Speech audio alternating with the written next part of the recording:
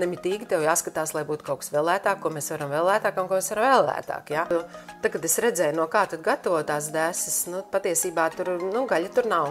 Jā, bez ēvielām, viss kaut kas zaļā karotīte, tur kalorijas jāskatās. Bet es saku, apgriežam otru pusi un palasam, kas tur ir.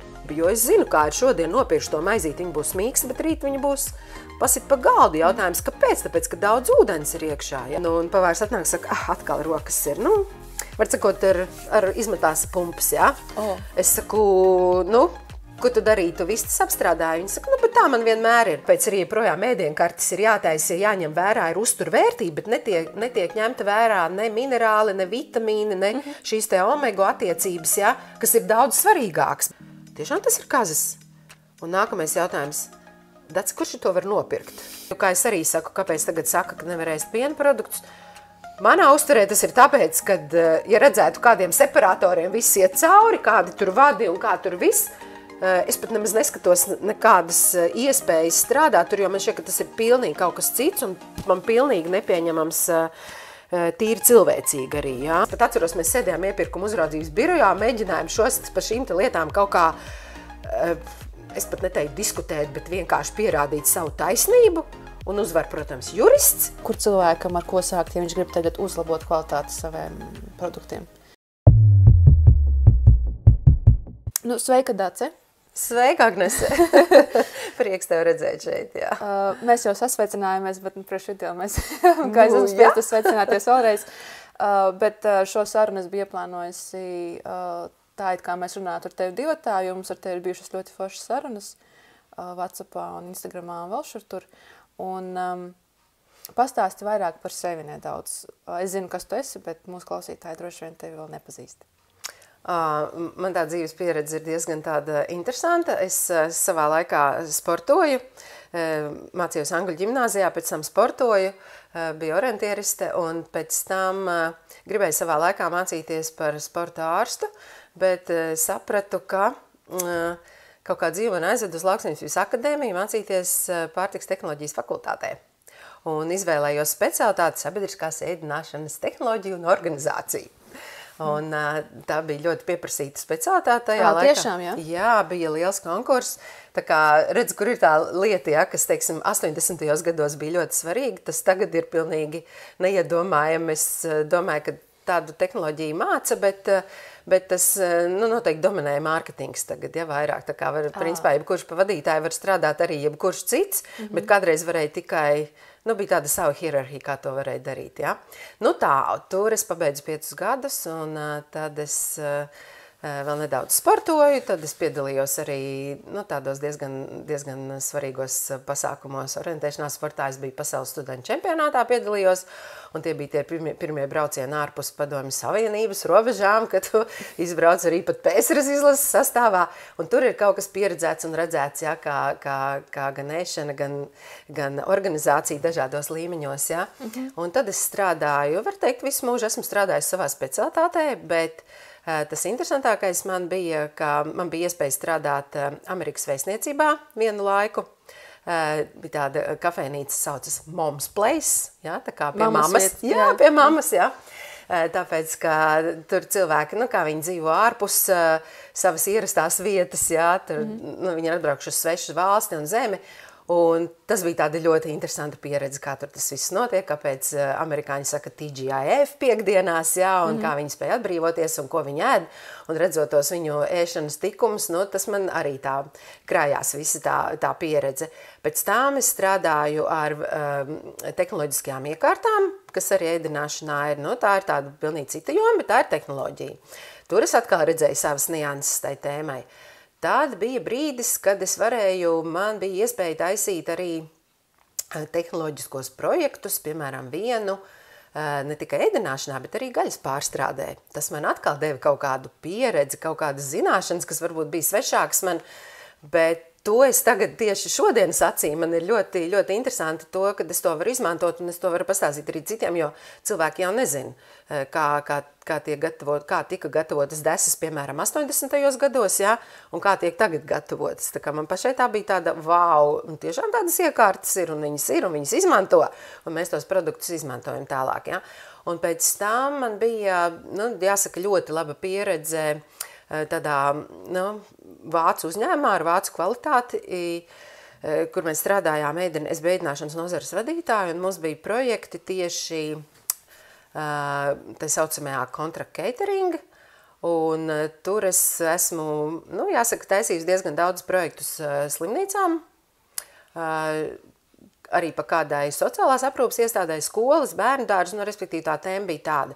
Bet tā lielākā pieredze, kas man atkal bija gan pieredze plus izaicinājums kopā, mums bija arī kafejnīca Ādažu militārajā bāzē un vēl dažās militārajās iestādēs, un tad es redzēju, kā tas ir, ko ēd vai ko izvēlās cilvēki, kas ir latvieši, piemēram, kā ēd, un kādas ir atšķirības, kad atbrauc mūsu sabiedrotie spēki. Man tieši bija tas laiks, kad viņi brauc šeit iekšā, un tad es varēju redzēt, ko ēd amerikāņi, kā atšķirās kanādietis, itālis,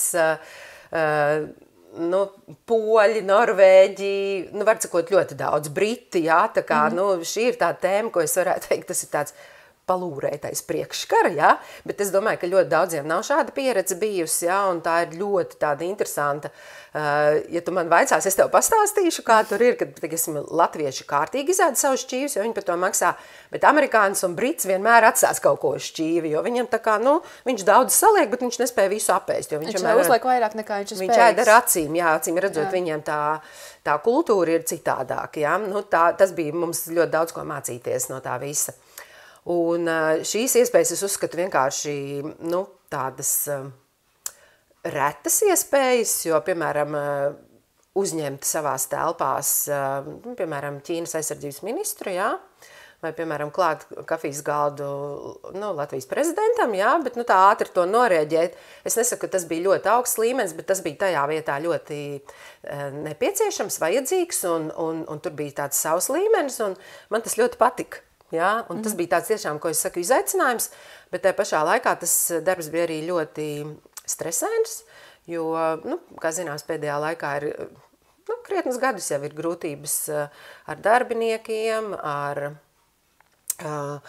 dažāda veida nodrošinājumu, arī ekonomiski visu laiku jārēķina līdzi, un tad šo te, kā saka, es pārzinu tagad ne tikai to tehnoloģisko pusi, jā, arī par personālu bija jārūpējās un jāvada, tā ir tā vadīšanas puse, un savā ziņā arī, produktu pašizmaksu aprēķini, jā, nemitīgi tev jāskatās, lai būtu kaut kas vēl lētāk, ko mēs varam vēl lētāk un ko mēs varam vēl lētāk, jā, un līdz ar to es tagad ar šodienas acīm skatos, cik daudz mēs ekonomējam uz saviem, ne tikai to, ko mēs mājās, mēs, protams, tā neskatāmies tādos aspektos, ja, bet tieši kā ēdināšanā tas viss tiek ekonomēts, un to es zinu diezgan labi, ja. Un tā ir tā lieta, ko man kādreiz gribas cilvēkiem pateikt, lai viņi necer, ka tur, Vajagā kvalitāte. Tas varbūt nav runa par kvalitāti, jā, bet runa ir par tieši pārtikas produktu, jā, izcelsmi. Jo nevaram atļauties labu, tāpēc, kad ir noteiktā cena skolās, piemēram, kāda mums ir jāievēro, vai plus mīnus slimnīcās ir tāda, kādu var atļauties valsts budžetā, ja, vienkārši vairāk nevar atļauties, un līdz ar to tu izvēlies to, ko var izvēlēties. Un, diemžēl, tas nav, es neteiktu, ka tas ļoti saistīts ar veselību, jo tāpēc, kad es to redzu, tur, protams, ir savi priekšraksti, kas ir jāievēro, likumdošana, ieteikumi, tas viss tiek ievērots ēdienkartēs, es pat esmu ēdienkartes taisījusi. Un tikai vienkārši tagad, kā es sapratu, kas tad īsti ir tās vērtības, kas ir vajadzīgas mūsu veselībai, tieši tā, lai mēs veselīgi dzīvot, tur tas nav to nevar iekļaut prasībās, jā. Un tas ir tas labi tauki, labas olbaltumvielas, it kā ir prasības tauki, ir prasības olbaltumvielas, bet mēs nevaram nodrošināt kvalitatīvu. Un es domāju, ka tu arī ļoti labi zini, kāpēc es arī biohakariem pasakoju līdzi, jo tur ir daudzās informācijas, kas tad ir kvalitatīvs, jā, kāpēc mums ir jāizvēlās kaut kādu produktu. Un tā ir tēma, par ko es labprāt stāstītu, kāpēc mums vajag kaut ko darīt.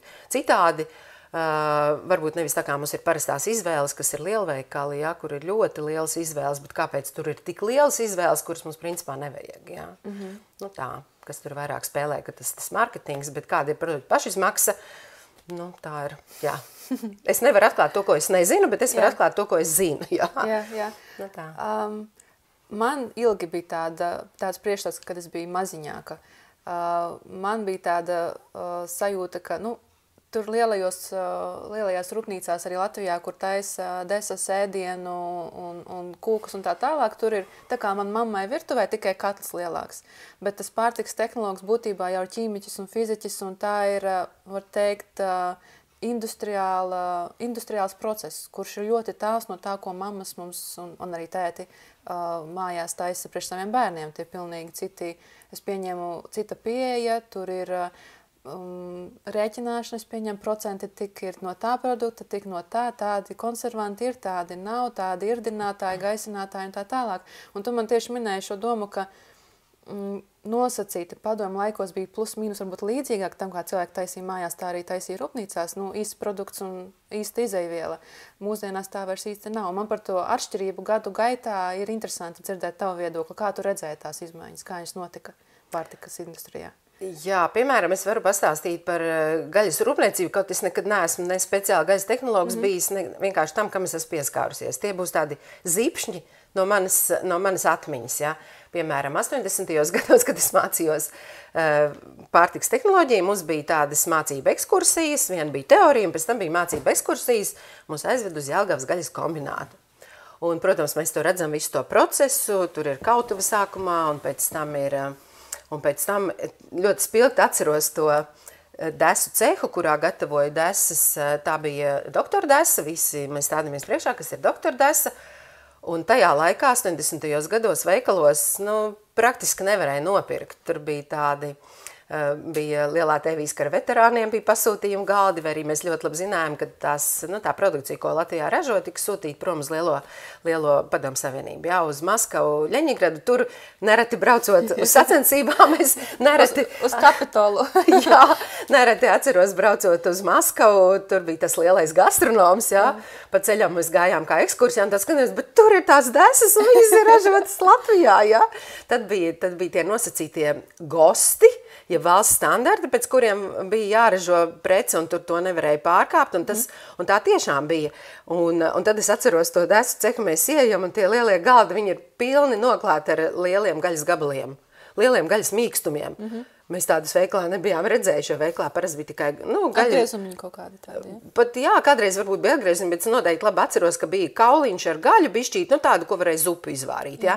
Ja tu gribēji kaut kādas gaļiņas cept, tad tas visticamāk bija no tā, ko tev omīte vai lauku radi bija atveduši, jā, ja pilsētā dzīvoja, bet laukos jau, protams, dzīvoja labi, speķmaizītes, tās visas lietas, jā, mums bija, un tagad tikai mēs saprotam pēc tiem gadiem 30 vai pat 50, jā, ka tā patiesībā ir ļoti pareiza lieta, jā. Tā kā, ko mēs runājam, cenšamies cilvēkiem pateikt, ka tie tauki ir vajadzīgi, tikai labi tauki, jā.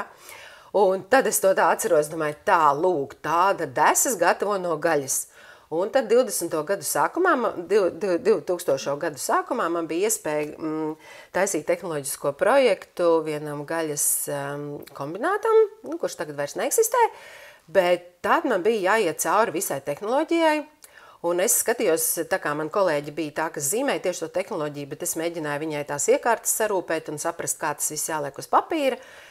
Tad es sāku skatīties, kaut kādas interesantas iekārtas. Tur ir kaut kādi inžektori, tur ir, ko viņi dara, ko tās iekārtas dara.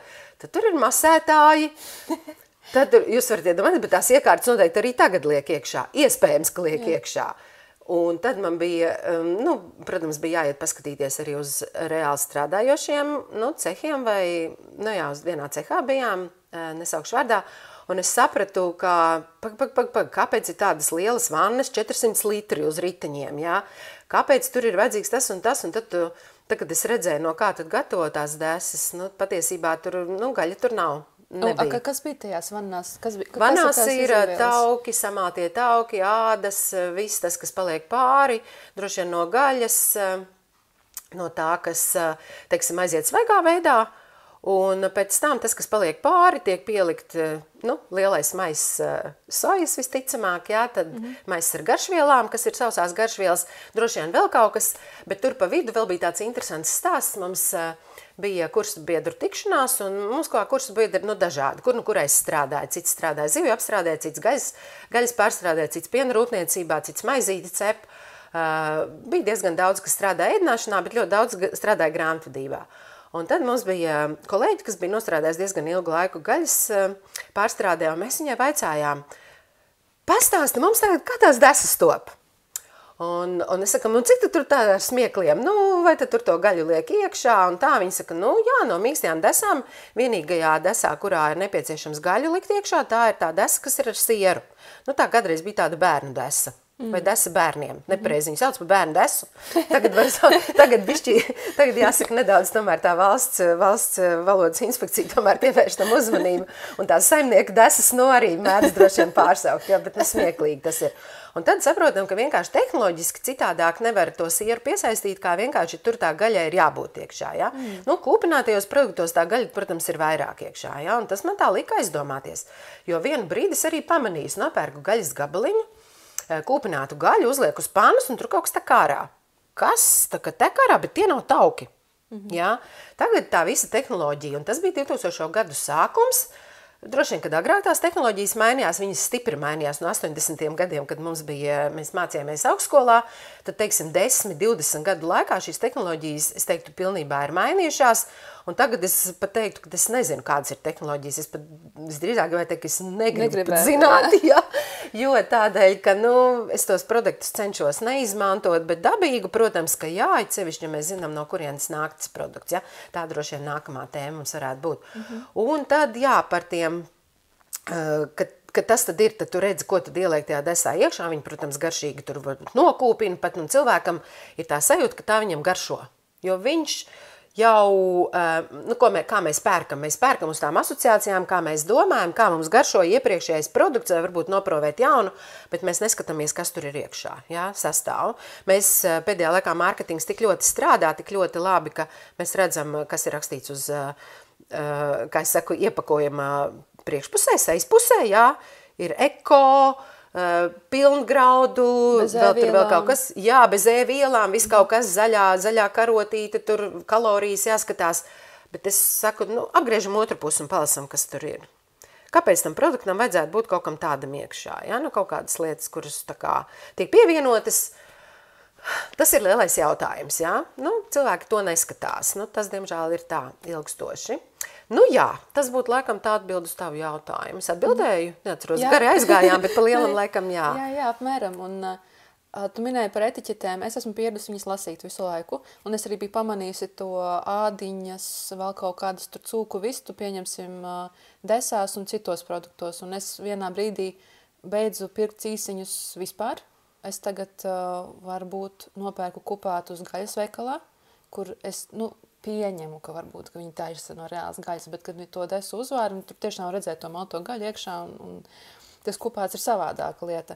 Bet tā, ka es doktoru desu vai cīsiņus, man liekas, super sen. Varbūt kaut kādā grila pasākumā šovasar mums kaut kas tur bija, bet tas arī tā vairs nav man ikdiena vispār, jo sāku arī pamazām lasīt tās aizmugurītes, un līdzīgi kā ar vitamīniem, tur ir diezgan interesanta lieta, un man interesēja, vai tu lasi, vai tu vienmēr lasi, un kas priekš tevis ir tie dealbreakeri, skatoties uz sastāvu, dai kā tu neņemtu, vai kas tev liekas tā īpaši riskanti? Zini kā, ja man jādaudz tavu jautājumu tieši, jo es godīgi sakot, pat vienkārši nepērku tādus produktus vairāk. Man tie nav manā ēdienkartē, nav. Tad tie būtu pusfabrikāti kaut kādi? Zini, es pat teikšu, man ir vēl solis atpakaļ, es vienkārši pērku no lauksaimniecības ražotājiem, es esmu atradusi labus audzētājus, kas audzē kazu gaļu, jā, ko kādreiz, teiksim, pirms gadiem 6 es pat nevarētu iedomāties, ka varētu ēst kazas gaļu, jā. Var ēst kazas gaļu, kazas sierus, var ēst pienu ņemt, teiksim, tiešo no gotiņas, kā saka, jā, arī biesmienu, kur saimniec gatavo, vai arī, tad, teiksim, ir mazie Latvijas ražotāji, kas mums te Jūrmalā, man šeit Kauguros ir ļoti labi, jo man ir visi, man ir straupi, man ir tukums, man ir tukums varbūt tā, bet tāls ir un ir Jaunpils, ja, vispār lieliskāka vieta nav, ja tu vēlies tādu rūpnieciskāku ražot, pārstrādātu, var teikt, ja, bet tā noteikti nav ultra pārstrādātā. Bet arī, diezgan jau daudz arī ražotāji tagad skatās arī to ultra pārstrādāto, jo cilvēki ļoti grib izvēli, un tā ir tā lieta, kur šiem te produktiem, kuriem ir tā lielā izvēle un kuri ir ļoti, ļoti pārstrādāti, tiem gan vajag lasīt etiķetes, jā. Ko nozīmē lasīt etiķetes? Ja mums viņi tik ļoti gribas nopirkt, mēs viņu nelasīsim, mēs vienalga viņu nopirksim, jā. Gadās man arī. Pāēdu reizi mēnesī vai 2 kaut ko tādu specifisku, ko man gribas un nolieku mierā. Jā, ja ļoti, ļoti gribas uz kārā zobi vienmēr var, bet tā nedrīkst būt ikdiena, jo, ka es redzu, ka cilvēki ber iekšā maisiem tos skārums, ieriņas vai vēl kaut ko, liek aizdomāties, tiešām tas nav tas, ko vajadzētu ikdienā ēst. Bet es esmu iemanījusies tagad vienkārši nopērkot biespienu, es vienkārši pielieku savu ievārījumu klāt vai kādu citu, nezinu, sēklas, ķimenes vai vēl kaut ko citu. Vai, mans topa produkts ir no kazas biespiena gatavot plācenīšus. Esmu tā kā plācenīšu friks. Man sirņika ļoti garšo. Bet es tev vēlāk uzcepšu, man nedaudz vēl ir, jā. Ar kazas biespienu es neesmu vēl mēģinājis. Jā, redzi.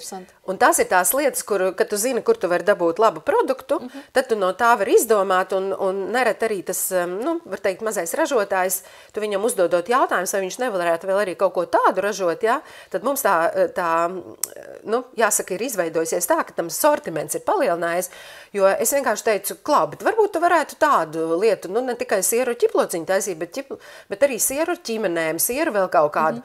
Aizgāja tās lietas, ja, arī pēc tam sākam kūpināt. Un tas biespiens vienkārši kaut kādas neizdevies siers vienā brīdī bija. Neuzkarsēja līdz temperatūrai, ja to tehnoloģija mums prasa. Mums ir viens produkts, ja ir temperatūra, ir teiksim, tik grādi, un tad iznāk kaut kāds nosacīta varbūt brāķītis, bet paskaties, es kā vienmēr saku, tā kā es esmu mācījusies arī inovācijas uzņēmēju darbību, no tiem defektiem kādreiz rodās efekti. Un skat, tagad ir jauns produkts viņai, biespiens, kur es esmu diezgan liels noņēmējs, un es arī cilvēkiem stāstu, un tā kā man ir lauka mēka, un man brauc arī ciemiņi daudz, jā, tad tos biespienu plācenīši, tas man ir tajā grāmatā ierakstīts, ka dacis biespienu plācenīši ir ļoti, ļoti gardi. Un tur atkal skaties, ko mēs pieliekam klāt. Es lieku lauku olas, es vairs nevaru iedomāties nopirkt veikalā olas, lai gan reizēm tas ir jādara. Reizēm nākas, jā. Reizēm nākas, bet tas ir patiešām sāpīgi un kaut kā garši jau atšķir jau kādas ir, jā. Krāsa garši, jā. Un vēlāk mēs varam parunāt, kāpēc tas tā ir, jā, no tā visa, ko tie dzīvnieki ēd, no tā visa rodās tā produkta kvalitāte. Bet, ko es gribēju teikt, un tad mēs pieliekam klāt, piemēram, tiem pašiem biespiena plācenīšiem, man patīk pielikt zutiņu, speltes, manā ar klijām klāt, jā. Un tas produkts iznāk tāds interesants, garšīgs, un tu pilnīgi nepateiksi, ka tas ir kazas biespiens, jā. Tāpēc cilvēki ēd un saka, kas tas tāds ir? Nekas jau sarežģīts nav. Vienkārši tu zini, kur tu dabū labus produktus. Man šķiet, ka ļoti svarīgi dabūt to avotu, kur dabūt tās olas. Jā. Un kur dabūt... Savu točku. Jā, tev patīk. Tev tās lokāls sakas, jā, dīleri, vai sauc kā grib. Točka dīleris viena valoda vai otra valoda, jā. Un tas man šķiet ir daudz svarīgāk mūsdienās nekā... Un, protams, arī tie mazie veikaliņi, jā, kas ir, vai arī tirgus, kur man ir savi tirgotāji, kur mēs pērkam zaļumus, piemēram, kas ir ļoti svarīgi ikdienā, jā. Un savi dārzeņi, mēs esam atkarīgi no viena veida tomātiem, piemēram, tiešām var teikt atkarība. No tomātiem var kļūt atkarīgs, jā. Man var būt vēl 10 citas šķirnes skaistas, bet man garšo tieši tie vieni.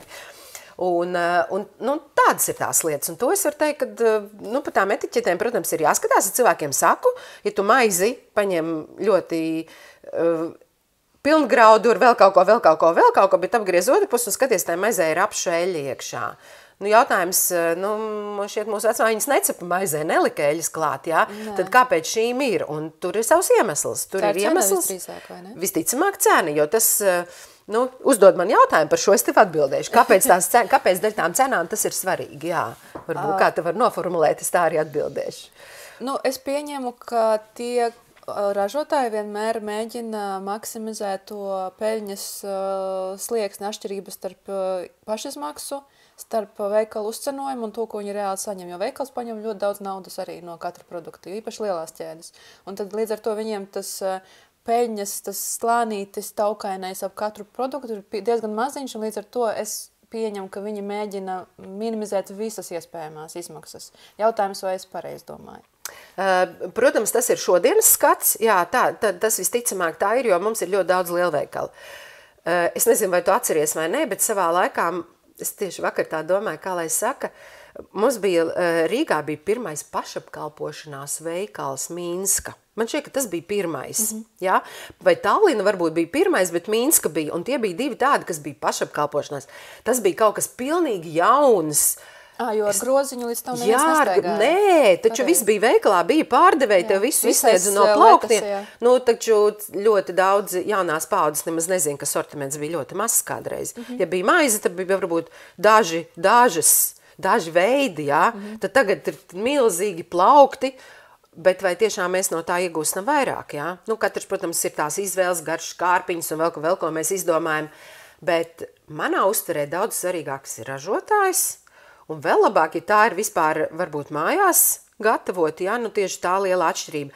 Bet mēs tagad skatāmies ļoti daudz no tās lielveikalu prizmas, kas mums ir tā kā ikdiena jau, ja, bet kādreiz tā nebija galīgi, ja. Un tad tiešām tā kā tu saki, tas viena iespēja ir tā, ka šiem ražotājiem vajag, nu, kaut kādu peļņu vajag, jo no peļņas nav attīstības, citādi ir tik daudz bankrotu, mēs jūtam, kad tiek pārpirkti bankrotē, kāpēc pazūd uzņēmēji, mazie cevišķi, ja.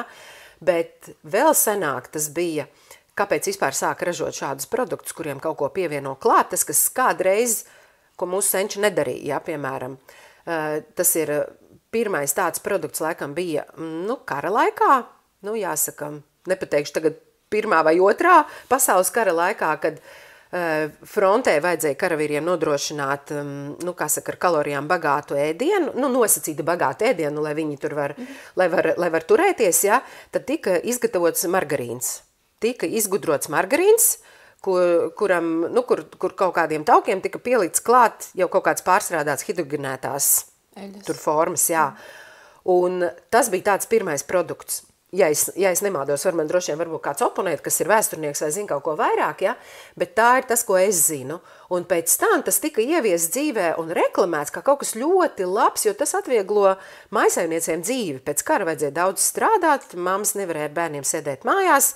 Nu, tur atkal bija tie ekonomiskie aspekti, ja? Kur mums tagad ir galīgi aizmirsušies un šķiet maz svarīgi, ja? Dzīvē jau viss iet tā pa spirāli, viss mainās. Jo savā laikā, kad es mācījos augstskolā, tad mums arī tieši to teica, kad būs pusfabrikāti, bija tādi, kā nu bija tie sakņu cehi, vai bija vietas, kur no kolhoziem saimniecībām saveda dārzeņus, pēc tam viņi tur glabājās, tad viņus deva tām ēdināšanas iestādēm, kas tur bija skolas un lielās ēdnīcas, jā, nu restorāniem tas bija varbūt mazāk, bet principā visi ņem no šīm te bāzēm, jā, un tur pie tām bāzēm sāka veidot pusfabrikātu cehus, sāka skābēt kāpostus, sāka gatavot vēl kaut kādas lietas. Tagad mums ir pilna veikala ar tādām lietām, ja? Bet tad tas bija tāds, mēs atvieglosim mājasemniecēm dzīvi, lai viņas var iet strādāt, ja? Lai var ātrāk bērnus sūtīt dārziņos savukārt vieglāk gatavot ir no šādiem, nu, nosacīt pusfabrikātiem, ja? Un tas bija tas laiks, kad, tas šķita tik forši, un man pat šķiet, kad man bija jāzīmē viens tehnoloģiskais projekts arī kaut kādā kursu darbā, ja, šādam ceham, un tad bija jādomā, kā mēs gaļu sagatavojam, kā mēs tās nu, nosacīt gatavojam tur gulašus, tur kaut kādas pat varbūt desas, jā. Viņas pat negatavoja vēl gaisa kombinātos, jo gaisa kombināta bija tā lielā ražošana, un pēc tam bija tā, kas bija tā pusfabrikāta ražošana. Kā no zivīm gatavot kaut ko vairāk, jā? Nu tā, ka tu nenopērci tikai gatavu siļķi, bet tu jau saņem kaut ko jau pusgatavu, jā? Kaut ko cepamu vai jā, tie ir tie pusfabrikāti, ka mēs jau saņemam tur filejas. Tagad mums ir ļoti daudz liela izvēle ar marinētām un sālītām un viss kaut kas, jā, un tur nosaukumi tādi, ko mēs tikai spējam nu, tā kā atpazīt, jā. Un tagad ir ļoti daudz, kas mainījies šajā visā ķēdē, varētu teikt, pat piegādes ķēdē, pārtikas ražošanas ķēdē, pārtikas tajā nodrošinājuma ķēdē, jā, kur mēs, protams, ir citi aspekti pilnīgi. Ļoti svarīgs aspekts ir šī te pārtikas drošība, kas, protams, šajā ražošanas jomā tiek ļoti ievērota, jo tur ir tagad visi standarti jāievēro un kuram ir ISO kvalitātes certifikāti, nu tas viss ir superīgi, jo ar tiem sausajiem produktiem ir diezgan viegli ievērot, jā, bet ja tev ir jāapstrādā dzīva gaļa, tad to ir daudz grūtāk, un tāpēc ražotāji arī mēģina kaut kādā veidā varbūt pat paņemt jau kaut kādus gatavus, kur tu skaidri zini, lai tu tajā tehnoloģiskajā schēmā vari ielikt iekšā tik un tik stundas, tev ir tāda un tāda temperatūra, un tu ātri tiec no viņa vaļā, tad tu atdod viņu veikalam, tad veikals par to rūpējās, un tad skatās, kā tas viss iet tālāk, ja? Bet tā pamatlieta, kāpēc samazinājās izmaksas, bija tas, kad vajadzēja pēc kara, nu, diemžēl tā tas viss ir, jā, kad vajadzēja sākt, bija daudz, kas bija iznīcināts, rūpniecība bija iznīcināta, daudz kur, un vajadzēja ātri atjaunot ražošanu. Un tad sāka skatīties, nu, te ir varbūt stāsts vairāk par Ameriku, jā, ka sāka izmantot šīs te auga eļas, kurus pirms tam kādreiz pat neražoja, varbūt. Un sāka daudz izmantot cukuru, jo cukurs bija diezgan lēta izēviela. Un konservants arī. Un konservants, lai tas ilgāk glabājās, jā. Un tad skaties, auga eļas ir lētas. Nu, tad, kad es strādāju vēl ēdināšanas uzņēmumā pirms gadiem 6, man daudz nāca piegādātāji, un es atceros, kā mums grāmatvede teica, mēs nevaram vēl kaut ko, vēl olas, piemēram, paskaties, cik mēs izmantojam. Mēnesī mums ir, nu kā, grāmatvedība. Mēs skaties, atskaitēs, ir 10 000 olas mēs izmantojam. Ja mēs saņemtu vēl tās piegādi dabūtu par 1 centu lētāk, paskaties, tur mēs iekonomētu. Eļļu mēs nevaram vēl par 3 centiem lētāk kaut kur dabūt. Un nemitīgi nāca piegādātāji, kur vienmēr deva kaut ko vēl lētāk. Nosaukums jau ir tas pats eļļa, jo principā jau tev ir vienalga, kādā eļļā tu cep to karbonādu, ja? Nu, klienti grib karbonādu un tev vienalga tādā, protams, kad pavāri jau skatās, varbūt kādu tur ir, nu, pārāk smirdīgi, jā, vai kaut kas ne tā, nu, okei, tādu tu paņem, izlieto, vairāk neņem. Bet tai cenai ļoti liela nozīme, jo tev visu laiku uzņēmēji darbībā spiež. No vienas puses tev ir klients, pārdošanas spēja, un otras puses tev ir piegādātāji, un visu laiku tev ir jārēķina. Tev katru mēnesi ir jādod atskaites, vadība prasa pieaugumu, ja, un tas ir visur, tas ir visās rūpniecībās, jo es tieši tagad runājot gan ar bijušiem kolēģiem, gan bijušiem piegādātājiem, visu laiku cilvēkiem, nu ne cilvēkiem, ne, bet visu laiku ir nepieciešama izaugsme, un kur tā izaugsme mūs dzen, viņi mums dzen uz lētāk, ja, un tas viens ļoti svarīgs aspekts ir, jā, tā lielveikalu ķēžu prasība, nu, lēti nopirkt un pārdot tā, lai viņi var izdzīvot, jā, un viņi, tik mēs skatāmies visu laiku, kā būvē jauns veikals, un tie mums tāda muzeja, kur mēs ejam tā kā muzejā, skatāmies, mēs tur varbūt pat lasam, mēs tagad iemācam cilvēkiem lasīt etiķetes, un tad viņi iet un skatās, nu, kādreiz ir interesanti pavērot, tu vienkārši aizēj kādreiz uz veikalu un paskaties minūtes 15, kā cilvēki izvēlas produktus, jā, nu, citi skatās cenu, citi kāds tur skatās etiķeti, kāds skatās krāsu iepakojumam, kāds skatās, vai tas ir nocenots, ja? Ir ļoti daudz un dažādas lietas. Nu, un mums, piemēram, atvēra Lidlu pirmo reizi vaļā šeit, un es atceros un domāju, nu, man vajadzēja maizi tajā dienā, es nezinu, kāpēc nebija nopirkusies maizi, un domāju, nu, aiziešu pasīšos, kāds tur ir sortiments. Un es nostāju ar to plauktu vienā virzienā un otrā virzienā, un atkal turp un atpakaļ. Un es tā kā saprotu, nu, nav tas, ko man vajag, un nav pat tas, ko es gribu, jo tu kaut kādā laika posmā ir nomainījusies ne tikai tā vajadzība, bet viņa arī gribu ir paņēmusi līdzi, tad, ka tev negribās vairs to, kas tev nav vajadzīgs, ja? Un saprot, ka tie pusbrigādi skaisti, viņi ir no sasaldētiem uzcep, viņi ir svaigi, viņi smaržo, viņi tev tā kā vilina, bet vai tas ir tas, ko tu gribi? Jo es zinu, kā ir šodien nopirkšu to maizīt, viņi būs mīksti, bet rīt viņi būs pasit pa galdu. Jautājums, kāpēc? Tāpēc, ka daudz ūdens ir iekšā, ja? Un tās tehnoloģijas ir tādas, ka viņa spiež cilvēku nopirkt tagad, apēst tagad, vairāk varbūt, ja? Un tai pašā laikā tas, ko tu nopērci, paskaties, ko tu nopērci, par ko tu maksā, ja? Ja tajā gaļā ir iešpricēts ūdens iekšā, tajā maizītē ir iekšā ūdens daudz, tad par ko tu maksā? Paskaties kilogramu cenu, jā? Tu patiesībā maksā daudz, kur maksā par ūdeni tikai, jā? Un tas man tā bija tāda atskārsme, to es jau pirms gadiem 20 vairāk sapratu, mēs taču maksājam kaut ko tagad par ūdeni, bet tas nav vienkārši ūdens, tas ir nitrītsāls šķīdums, jā, teiksim, gaļā, ko ievada. Un tad vienkārši es aicinu cilvēks pasakot līdzi, kāda ir tā gaļa, ko pērkam veikalos, kā lielražotāji viņu ražo, arī svaigā gaļā ir ūdens iekšā, iešpricēts, ja to inžektoru izmanto gaļai, kuru kūpinās, tad visticamāk tiek svaiga gaļa piešpricēta, ja, un skatāmies, kādā krāsā. Tas arī palielina svaru, kuru tu redzi uz iepakojumā, un tev liekas, ka tu vairāk dabūji, vai arī lielāku cenu uzlikt. Jo mums visiem gribas lielu, skaistu apaļu, lielas, skaistas apaļas vistas, ja. Nu, te atkal būs nedaudz aiziešana aiz aizskariņa, ja, kad man ir bijuši dažādi pavāri ļoti spējīgi un tādi, kur, domā, ak, Dievs, bet, viņš ir vajadzīgs kā cilvēks, bet, viņš nav prasmīgs kā speciālists, jā, tad man ļoti labs pavārs arī redzēja, kā tas ir, kad pārstrādā 2-3 kastes ar vistām tiek sagatavotas pusvirkātos, jā, un pavārs atnāk, saka, atkal rokas ir, var sakot, ar izmetās pumpas, jā. Es saku, ko tu darītu, vistas apstrādāji? Viņi saka, bet tā man vienmēr ir. Un saprot, tie pavāri, viņiem tas ir viņu darbs, viņi to neuztver kā kaut kādu lietu, kas ir, tā ir viņu ikdiena, jā? Bet es saprotu, tad kāpēc? Ne jau no tā naža vai no tā galda tas bija. Un ne jau no ūdens, kas tecēja pa krānu, ja?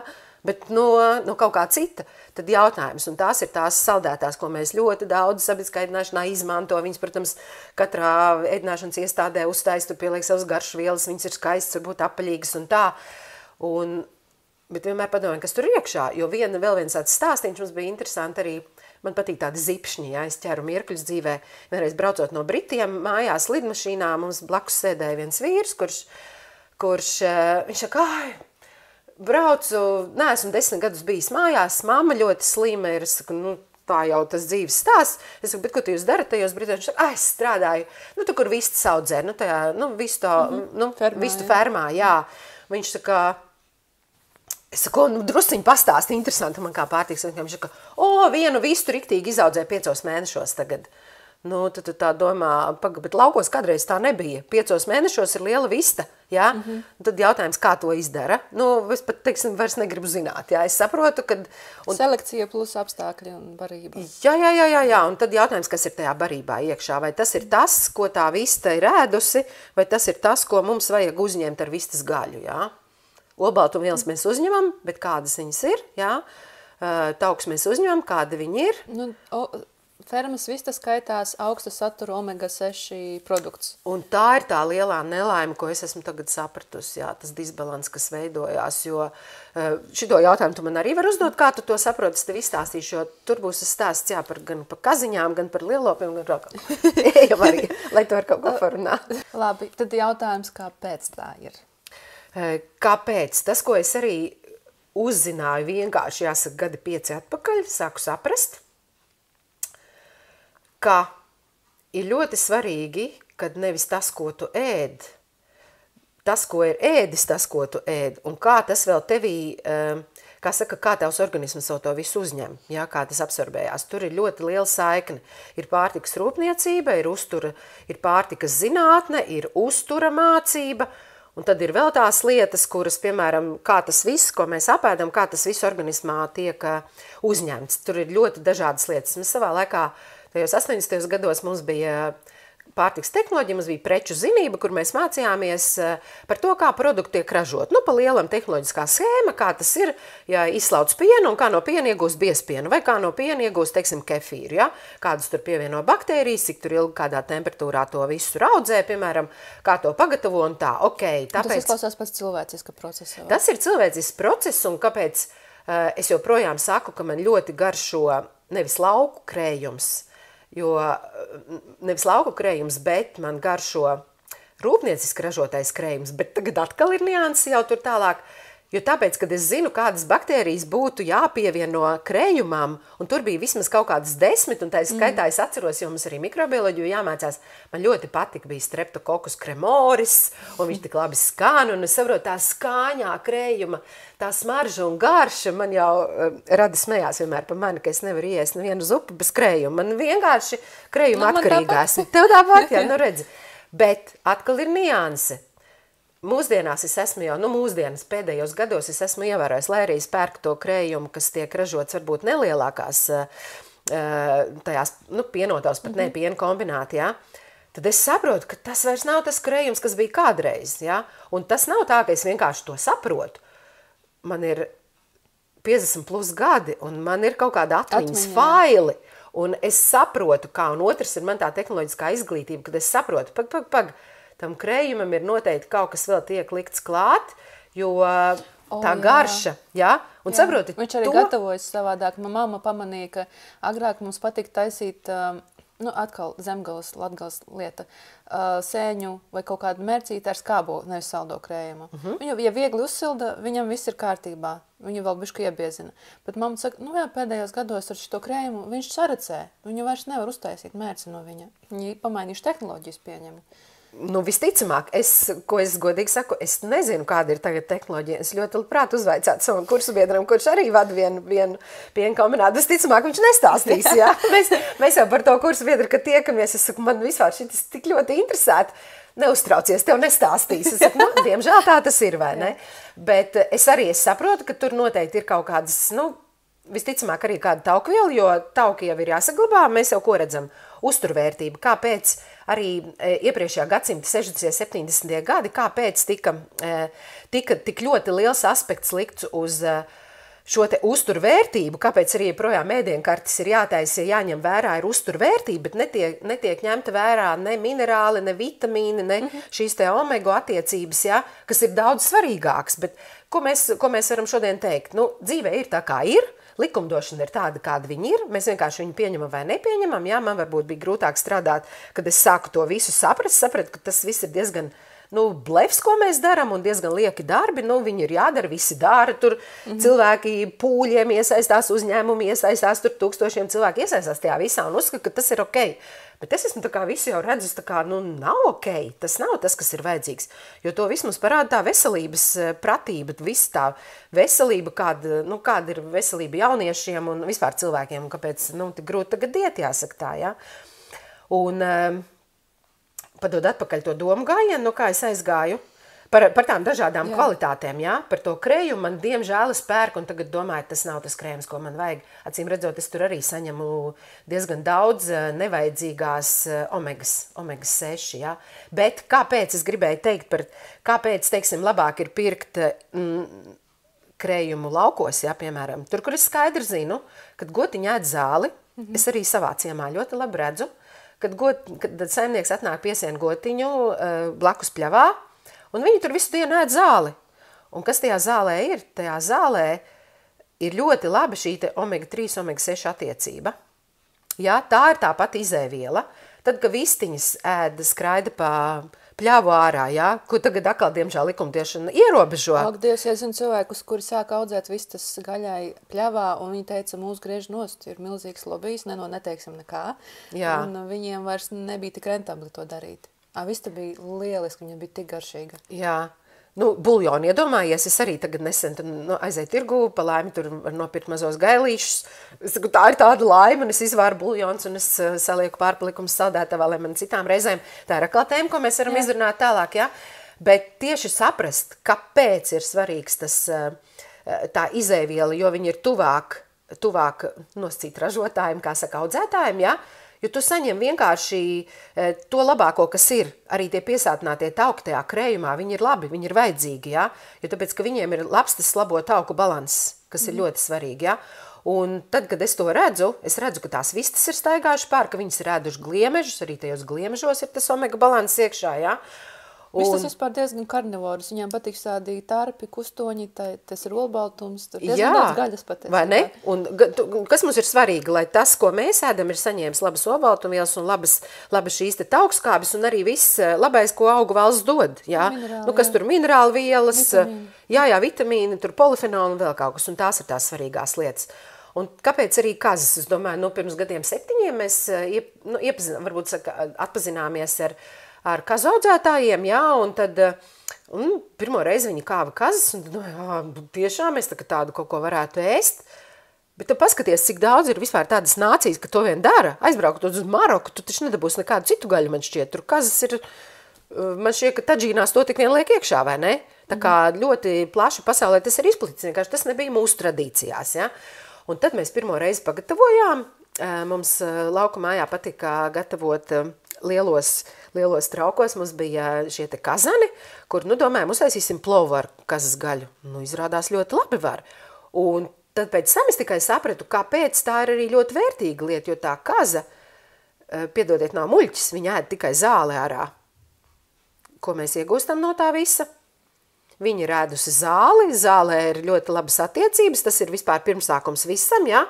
Un tajā kazas gaļā tur nav mums nekāda no graudiem iegūtas omega-6 vai kaut kādas antibiotikas vai vēl kaut kas. Tās visas lietas, ko mēs patiesībā, es neņemos teikt, jo es neesmu veterinārs, es nezinu, ko tur dod iekšā, bet viennozīmīgi kaut kas tur ir iekšā, jā, un jautājums, kā mēs saņemam ar tiem pārtikas produktiem, cik tie ir tīri varbūt, jā, tīri un mums vajadzīgi, jā, kā mēs nepiesārņojam savu organismu ar liekām lietām, jā. Un tad es saprotu, tas kazas siers un biespiens, un ja vēl saimniec māt viņu pagatavot, nevis tā kā saka, tas no kazas, ļoti daudziem cilvēkiem ir šie te aizspriedumi, jo tāpēc, ka viņi nav ēduši varbūt tādu, tur, kur mēs pērkam, tur saimniec bija 2 gadus caur savu pieredzi, iemanījusies pagatavot tā, ka nejūt, ka tas ir no kazas, jā? Un tad, kad es taisu tos plācenīšus, vispār, principā, cilvēki nezin, ka tas ir no kazas, jā? Un vēl man ir interesanti, ka cilvēki atbrauc pie manis, un es arī saku, nu, ko tev pagatavot, varbūt, ko tu gribi, tad es sagatavošu produktus. Es saku, nu, viennozīmīgi, es tev gribēšu iedot pagaršot kazas sierus. Nē, tas ir vienīgais, ko es tā kā negribu no kazas. Un tad, kad es uzgriežu uz galdu, jo viņi ir garšīgi, jā, un tad tur ir dažādām garšiņām, tā, un tad tiešām tas ir kazas. Un nākamais jautājums. Dats, kurš to var nopirkt? Nu? Un tas ir tik forši, ja, ka tu vienkārši iedevis pagaršot cilvēkam neuzbāzīgi, un viņš saka, tas ir ļoti labs, un tas cilvēks arī kļūst nosacīt par klientu vai vēlās to, un tad pamēnās tā attieksme. Ja. Vēl, protams, varētu labāks, man šķiet vēl ir aitas produkti, ja. Aitas piens, jogurts, ja. Tā kā viennozīmīgi grib cilvēkiem pievērst. Bet šī atkal nākamā tēma droši vien ir, ko mēs varētu runāt par tieši tā, par kaut kādiem produktiem, kur mēs kādus varētu dabūt un tā. Un vēl mums bija Covid laikā, mums bija arī, cik mēs laukos vairāk dzīvojām, mums radās iespēja nopirkt lielopa gaļu, kas bija arī audzis mums tur tādā, nu, kā saka, nosusinātā ezerā, Dieviņa ezerā, jā, tur bija pļāvas ganības, un tie lielopi arī bēduši tikai zāli, jā, un tu saproti, nu, mēs tādām šaubām arī nopirkām, nu, labi, to māto gaļu nopirksim, un diez, ko mēs no tā varēsim tur, pagatavot. Bet, paņemam, uzcepam brokastīs vienkārši mazos tādus plācenīšus, ja? Man šķiet, ka mēs pat pirmajā reizē varbūt tur bišķīt sāli, bišķīt pipariņus pielikām klāt. Ak, Dievs, cik tas bija garšīgi, jo tas bija tik dabīgi, tik vienkārši. Un pēc tam es biju vienkārši gatava runāt visiem draugiem, radiem stāstīt, cik tā ir forša lieta pirkt vienkārši tādu garšīgu lietu un likt saldētavā, lietas krājumos, jo tu nekad nezini, kad kaus nākamo lopu, jā, piemēram. Un tad man ļoti žēl, ka šādas mazās saimniecības viņas vienkārši, nerentējās, jā. Nerentējās, to viņi nevar pārdot, dārgi, un tai pašā laikā tieši tāda paša nosaukuma preci, bet no citas izcelsmes, tu vari nopirkt veikalā par tādu pašu cenu, un tev nav citas iespējas, jā.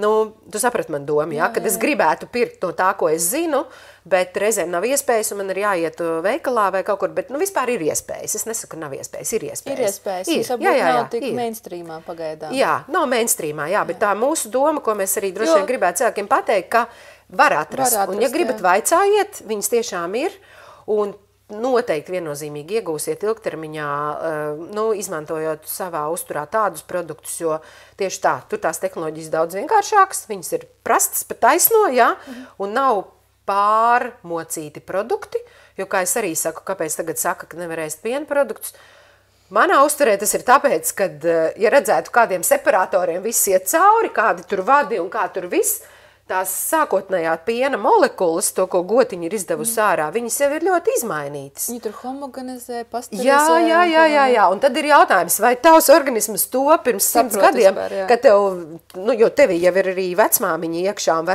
vecmāmiņa šeit, jā, savā ziņā gēni un tā, un vai viņa to saprot, viņa to nesaprot, tā tava vecmāmiņa tevī to nesaprot, un tad viņa tev sit ārā kaut kādas alerģiskas reakcijas, un tad mēs sakam, piens ir vainīgs. Nē, patiesībā apstrādes veids ir vainīgs, vai ne? Uzaugu laukos ar govs pienu, nepasterizētu, svaigu, taukainu. Bija brūnās gojas, atceros pašā sākumā. Vēl pat nekrustoja ar Holšteinām, tik ļoti bija Latvijas brūnā plus mīnus. Un tas piens ir ļoti taukains. Man vectēvs stāstījis, atceros, ka agrāk pavisam vecās šķirnes bija, tas piens bija tik taukains, ka no viņa sanāca ļoti daudz sviesta, un viņi speciāli tādas govis turēja, jo cilvēkam bija jādzīvo un jābūt enerģijai. Bet tikko kā ienāca industrijas iekšā, viņas prasīja augstāku olbaltumvielu saturu, lai var taisīt biezpienus, sierus, jo tur vajadzīga tieši tā frakcija. Un līdz ar to visa selekcija tajā industrijā pavirzījās uz pilnīgi citu pienu, kur bija ļoti daudz olbaltumu, viņš bija tāds ūdeņaināks, viņš vairs nebija tik dzeltens, jo to dzeltenumu dod retinols tajā tauku daļā.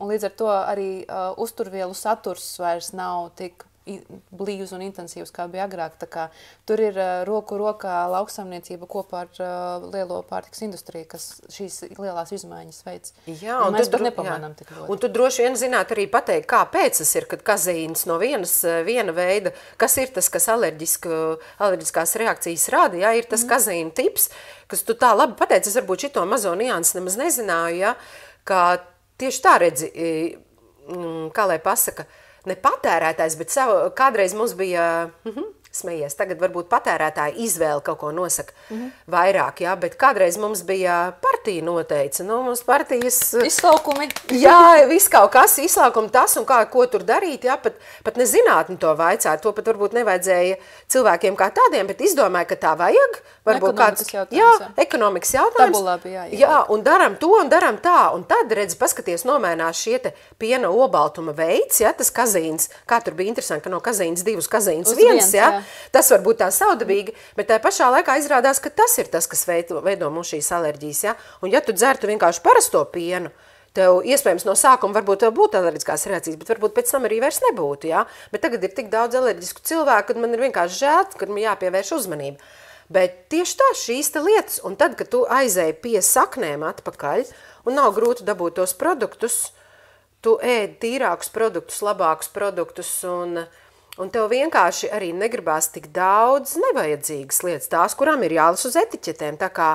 Tās, kurām barkods ir, teiksim, tāda. Jā, ļoti labs šis te teiciens ir, tad, ja tu pērci ir šis te svītru kods vai tas produkts ir iepakots, tad tu saproti, ka tu sev dari gauži, jā. Nu, tagad ir viss prasības, visu iepakot. Covids vēl lika katru bumbierīti atsevišķi iepakot, kas ir atkal nākamais. Mēs pēc tam brīnamies, tas viss iepakojums mūsos tā, kas sāk krāties iekšā izrādās, jā. No mikroplasmasā, jā. Mikroplasmasā, jā. Nu, tur tik daudz tās lietas ir kopā, jā. Bet tieši par tehnoloģiju varu teikt, ka tehnoloģijas ir mainījušās, nu, kopš tā laika, kad es mācījos, var teikt, biju pēdējais gads padoma laikā vēl, tā kā, nu, man tas ir tas smieklīgais teiciens, ko es saku, es biju pēdējais gads, kurš lika valsts eksāmenu zinātniskajā komunismā. jā. Un mamma arī stāstīja. Un dabūju 5, jā. Tagad neko neatceros. Bet tas bija interesanti. Tam ir iet cauri un tev kaut kā skalot smadzenes un tā. Bet pēc tam ir daudz, kas mainījies un ne visas lietas ir uz labu. Ir uz vairāk, patērēm pērkam vairāk, bet vai tas mums ir vajadzīgs, jo mēs varam iztikt ar mazāku. Un tieši tā, un es to pati, kā es smējos, noliku pirms kaut kādiem, 18. gadā, kad man bija tās visi izaicinājumi, gan darba ziņā, gan arī veselības ziņā, es vienkārši nometu 8 kilogramus, un, kā es tagad saku, noliku 8 cukuru paciņus uz galda, un es viņus vienkārši vairs nenēsāju līdzi. Bet domāju, cik tas labi. Paņem tur maisiņu 8 kilogramus, un domāju, tev visu laiku jānēsā līdzi, ja? Un kā to noturēt, cilvēks saka, kā tas jau tur grūti, tu nevari to un to darīt. Es saku, zini, kādreiz man tā bija, es gāju veikalā un konfekšu tai paletēji, es nekad garām nepagāju, es vienmēr paņēmu maisiņu un kaut ko iesvēru iekšā. Un jāsaka, paldies ražotājiem un paldies Dievam, kas saka laukos, ka tās konfekts vairs nav tās, kas ir kā kādreiz, kas manā prātā stāv, jā. Nav vairs tik garšīgas? Nav vairs ne tā garša. Arī tām ir mainījusies tehnoloģija. Jā, protams. Jā, tā kā pilnīgi mierīgi var iet garām, jo viņas vairs nav garšīgas manā uzturē, jā. Man liekas, pat manā bērnībā tā pati laima garšoja savādāk. Daudz, kas garšoja protams, savādāk. Jā. Nu, tā kā, tu tās konfektītes, ja tu neizlasīsi, konfekti ir iepakojums un tā, bet ja tu paskatītos uz kastes, tur ir jābūt rakstītam, sastāvam, jā. Un, principā, vajadzētu iet pačekot, bet kāds tas sastāvs ir, tur ir visādi brīnumi. Un es vēl atceros, bija tāds gadījums, varbūt daudz neatcerās. Es, ka sāku 2004.–2005. gadā strādāt tajā uzņēmumā, kas man pirmais projekts bija viena slimnīcas ēdināšanas tehnoloģijas pārveide, ja, un visu to noorganizēt un salikt, un tad es braucu uz Vāciju skatīties, kā tas Vācijā viss notiek, un kaut kur tajos gados arī tieši bija tāds, var teikt, tāda epopējā, ka man šķiet, ka tas bija dāņu vai zinātnieks vai neatceros kas. Viņš bija atbraucis uz Latviju, lasīja lekcijas un tieši par selgas vafelēm gāja runa man šķiet. Un toreiz teica, ka tur ir hidrogenētie tauki iekšā.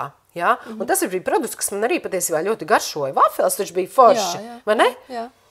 Un tagad pat man šķiet, ka var redzēt, kad pat reklamēja selgas cepumus, kad ir bez hidrogenētiem tauki. Man šķiet, ka nesen vēl bija kaut kas bez palmu eļas laikam, un tad bija tāds vau, un tad visiem tur mēģināja skaidrot, bet es tā, ka tehnoloģiski tā laikā pat tam nepievērsu uzmanību, jā. Tur jābūt, jo citādāk, jo tu to vafeļu masu, vafeļu masu ne, bet to, ko liekas ar vafelēm, nemaz nevar tā kā tādu mīkstu pagatavot, jo tie ir tie hidrogenētie tauki. No sviestu neviens nepirks. Margarīna tipa, jā, kas ir labi smērējās, un viņu nemaz nevar iesmērēt iekšā, jā, savādāk. Līdz ar to tur vajadzēja pārstrādāt tehnoloģiju, ko tur ielika iekšā, nezinu, varbūt tie bija nākamie palmeļas, ja, ko atkal tad kad drīkstēja to, ja, pēc tam atkal varbūt cīnījās pret to, kaut ko atkal aizliedz, un tā mums tā dzīve, tās tehnoloģijas mainās no tā, ko tā kā atklāju, aizliedz, daram kaut ko citu, atrodam kaut ko citu, sintezējam kaut ko vēl. Nu, un tā pārtikas tehnoloģija, man šķiet, ka es pat nemaz neskatos nekādas iespējas strādāt tur, jo man šķiet, ka tas ir pilnīgi kaut kas cits, un man pilnīgi nepieņemams tīri cilvēcīgi arī, jā. Nu, es saprotu, ka tas, ko ražo, nu, tas nav tas, ko vajag, jā, lai gan to ļoti daudz pārdod. Un, nu jā, tas ir par tām vafelēm. Un vēl viena lieta, ko es gribu pateikt arī par vienu produktu, arī izvilkšu no atmiņu apcirknīšiem ārā. Savu laiku varbūt atceries vai ne, es nezinu, bet tie laikam bija 90. gadi. Bija pirmais sviests, kas bija tā kā viegli smērējās. Nu, parasti bija sviests, viņu uzlika uz galda, vajadzēja tā kā, lai viņš pagaidīt, nu, krietnas stundas, jo tā kā laukos viņš uztaisīts vai vienalga arī nopērkamais, jā. Viņš bija ciets tāds, nu, nevienam nepatika tādu smērēt. Un tad tas bija Valmieras piena kombināts, viņi sāka tādos plasmas trauciņos, vēl dzeltens vāciņš bija tādām strīpiņām, bija Valmieras sviests un visi zinās, kā traki to pirkt, jo tajā sviestā kūla iekšā olīveļu. Man šķiet, ka tas arī bija kaut kāds brīnums, jo pie mums olīveļu vēl nemaz tā vispār nevarēja nopirkt, 90. gadi atceramies, ja? Bet to olīveļu tur kūla iekšā. Un viņš ļoti viegli tu izņem ārā un varēja uzreiz uzsmērēt. Un tagad paskatāmies ar šodienas acīm. Vai kāds tur liktu iekšā tādā produktā labu olīveļu? Nē, tur atkal vesels stāsts par olīveļu kā tādu, ko mēs tagad ļoti labi zinām, ja? Ko mums ir Ingus izstāstījis par olīveļu, kā ir jāatšķir, jo es godīgi sakot līdz tam arī nezināju, es nesaprotu, kāpēc es nopērku olīveļu veikalā, viņa ir rūgta, bet nevis patīkami rūgta, bet tā, ka... Oksidēta rūgta, jā. Tā, ka tu vienkārši saproti, pagaidi, nu viņu pat varbūt smērēt uz sava, nu kaut kur tur nesaproti, kur viņu likt. Mašīnu var pasmērēt. Mašīnu var pasmērēt, jā. Tā kā Ingus ļoti, ļoti labi izstāstīja, un tā kā es arī pēc tam visiem stāstu, kur tu pērc olīveļu, kur tev vajadzētu, kam pievērst uzmanību, jā. Jo nav tikai viens avots, ir vairāk, bet tieši tā, tie, kas ir, nu, tie ražotāji, kas ir pirmais cēliens, ja? Un tad tu saproti, pagali rūpnieciskā ražošana noteikti neliks neko tādu iekšā produktos, ja? Un tagad pavērtējam to, kāds ir tagad sviests, jo mums atkal saka sviestu, mēs tā kā ir ļoti labi ēst, bet pavērtē, kas tur ir iekšā, kāpēc jebkurš sviests ļoti viegli smērējās. Un vēl viens stāstīņš iz apcirkņiem. Mums bija iepirkums skolām, es atceros, notika lielā tirgus pārdale, un tagad ir iepirkums skolām, ir uztaisīta tā kā parauga ēdienkarte, kura visiem tā kā jāpiedāvā savi produkti ir un tā. Un, lai tu tajā tirgū tiktu iekšā, tur ir visādi gudri jāmanipulē, es gribētu teikt, ja? Nu, un tiek ielikts iepirkumā sviests 82%, bet ir arī citi ražotāji ražo 82,5%. Un kur ir šī nianse? Nu, ja tu, piemēram, sadarbojies ar tādu ražotāju, kuram ir šis 82,5%, tu principā nevari, tā nav atbilstība 82%. It kā smieklīgi, it kā loģiski tu varētu iedot labāku tam skolniekam.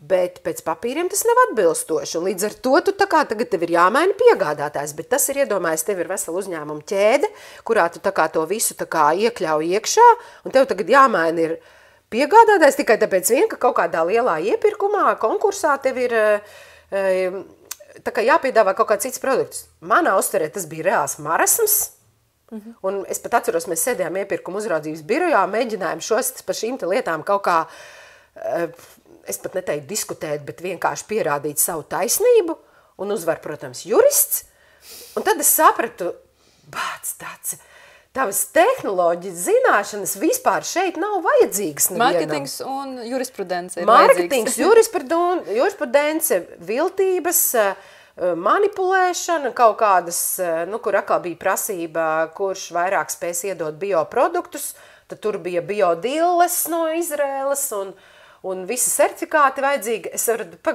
te vispār nav, es, protams, arī, kad es mācījos inovācijas, tad man bija arī mācību priekšmets mārketings, kurā es tā riktīgi sapratu, ko nozīmē mārketings.